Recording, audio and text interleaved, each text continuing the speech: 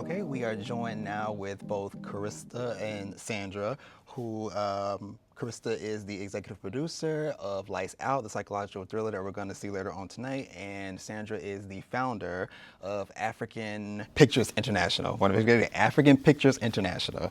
And so we're here tonight again to see the film Lights Out. Carista, I want to start with you. I understand you said that this story is personal to you. So can you share a bit more about your experience with dementia? Yes, I've had, first of all, thank you for this Of course. opportunity to have this conversation with you. It's such a joy to be here. I've had family members go through dementia at a time when I was very ignorant of the subject, and like just watching that journey and seeing how it influenced family dynamics and the hidden burden on both the patient and the caretaker, and the silence with which we had to like navigate that season. And then talking to other people and realizing that at least 1 in 10 people have had similar experiences, yet nobody talks about it. Yeah. It's just like really hush hush, or people fill in the gaps with theories that are not scientific. So I just thought it's a great opportunity for me to use what God has blessed me with and tell a story that reflects the reality of our society and spark a conversation around mental health, not just for the young and growing youth, but also for the elderly. Yeah. You said in your producer statement that there are many families across Africa that are suffering the emotional weight of dementia. So can you explain why that is? Why is dementia such a stigma across the continent? That's a great question. Across the African continent, there are so many families that suffer from dementia. However, it's often attributed to many other things and hardly to mental health or even health in general. It has been attributed to witchcraft. It's just associated with ageism, like, okay. And because of the stigma that is attached to the ignorance around it, or should I say, the lack of sensitization, oftentimes people just either abandon their families when they're suffering, or they're forced to like bear that burden in silence because they do not believe that the society understands what they're going through. And this also highlights the like socio-political influences on healthcare, and most especially mental health, because of like the inappropriate distribution of resources when it comes to these kind of situations. And our hope is that this movie invokes the right conversations at the political level, at the human level, like really just empathizing more and being more present for both the patient and the caretakers. Yeah. When working on a story like this, what's your approach from a producer standpoint? What are you aiming to achieve when you're telling a story with such a sensitive subject matter? It was very tricky for me, and that is what makes our presence here at the ABFF both a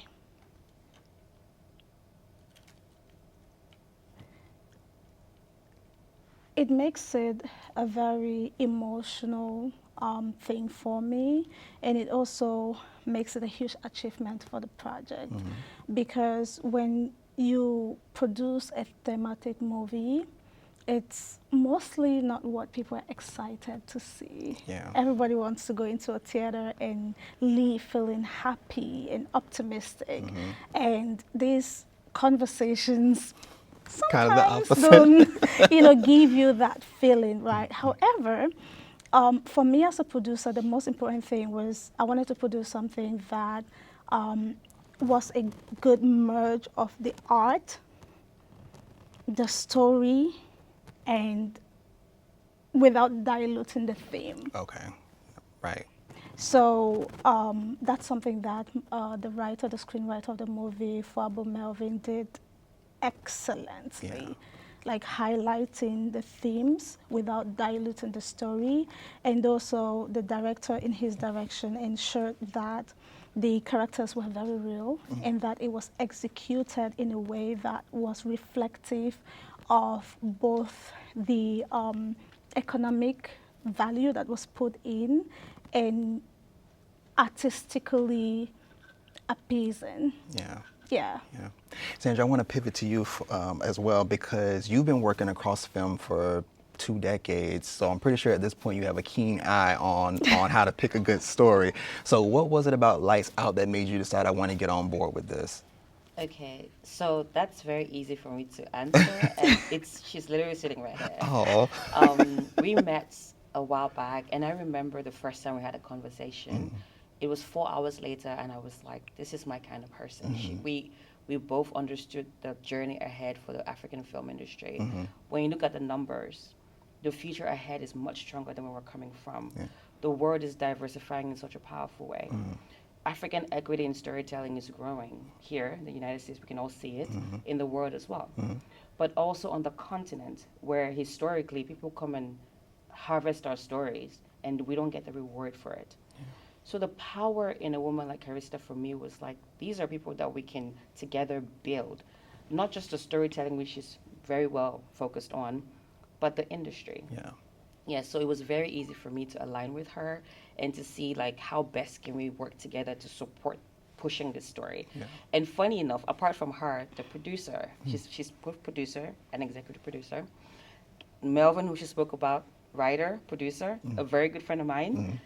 The director, Scott, director, who's also a really good friend of mine. So it's like it's a family thing. Right. And I didn't do the great work that they did. I just came at the end of it. So I'm enjoying that was not me. But as far as the post production storytelling, I think that's kind of where I came in to make sure that the strategy, the go to market strategy, was very strong. Right. So that's where we came in. Yeah. You're quoted as saying regarding African Pictures International that we're not building another content studio. We are building the layer beneath content, the rails that determine who captures value when African storytelling scales globally. So how are you seeing this business model and your goal with API impact the film and television industry today? You know what? That's a great question. And the fact that we're answering this question in the United States, there's no better continent to answer this question, whereby studios here work no longer as individual businesses, but as a pivotal structure, infrastructurally backed by state, by private companies. Like, just look at how many logos we see at the back of this particular backdrop, right? We need to look beyond the individual players and think group, think equity in a big way, because thanks to streaming and thanks to new methods today, like we were speaking with a guy today who was talking about the mobile gaming, things like that. Yeah. It's much easier to move as a group, because when it comes to, after making a beautiful story like this, like what Lightout has achieved, how do we sell it? Who is going to watch it? And how do we even tell those people that invest in Africa? They need to see numbers.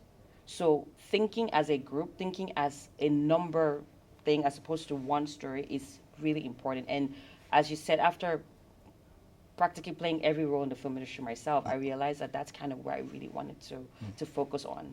Yeah, picking up on that point, because I did do it. I spoke to an American actor who informed me at the time that there's a lot of great work coming out of Africa with storytelling.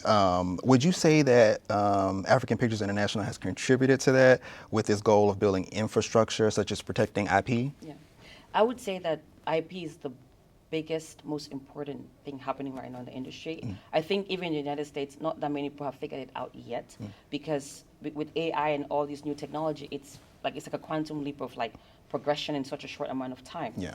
So yes, I would say that we've contributed, but I would say that what we're going to do in the next 10 years is much more than what we've done, because now, just like Carista, identifying the right storytellers to work with to propel the narrative forward and to propel the business and to attract the private sector, the public sector to work with us moving forward. So I would say that that's kind of that what's coming ahead is even more than what we've done. But we have indeed supported IP in the past, and we've walked away from like storytelling into the business side. Okay.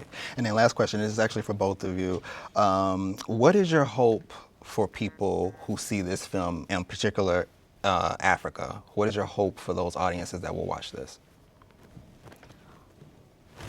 So for me specifically is the power of partnership, just like she said, building those structures and bringing in the talents that fit the gaps within systems is very important, because there is no means by which we would have gotten here without appropriate partnerships, either with API or other folks that we've worked with to propel the goal of this film. That's the first thing, and that's to the creatives. Now, to like just our audience, our the general public, I would want them to know that our stories belong on the global stage. Yes. And outside of wars, outside of Afrobeats, we do have stories that, you know, we want to dance to a little bit of Azonto and then sit down for a good story. Right, of course. Yes. Yeah.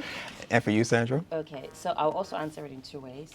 On the human side, I hope that audiences can see that like what connects us as humans is stronger and greater than what divides us, irrespective of our ethnic background, our race, our color, our languages. You know, when Miami now, when people speak Spanish, people speak English, but something like dementia, the human problems and the human connections like love, they cut across everyone, whatever your age. So we should always work together. We should always lead with love. Yeah. And we should also know that people are going through all kinds of things. So let's always stay kind. Right. That's really what I want them to take from the film.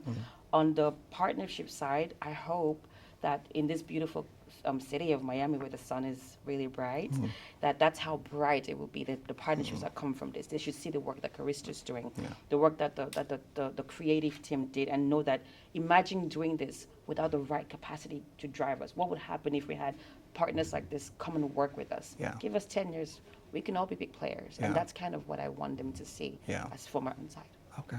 Well, thank you both so much for your time, and congratulations on the film and being here your very first time at ABFF. So we look forward to seeing the reaction and the response, and I think it's going to be great. And thank you for telling the story. It's really important. Thank you. Yeah, thank it you. was such a pleasure having Yes. the interview. Thank you.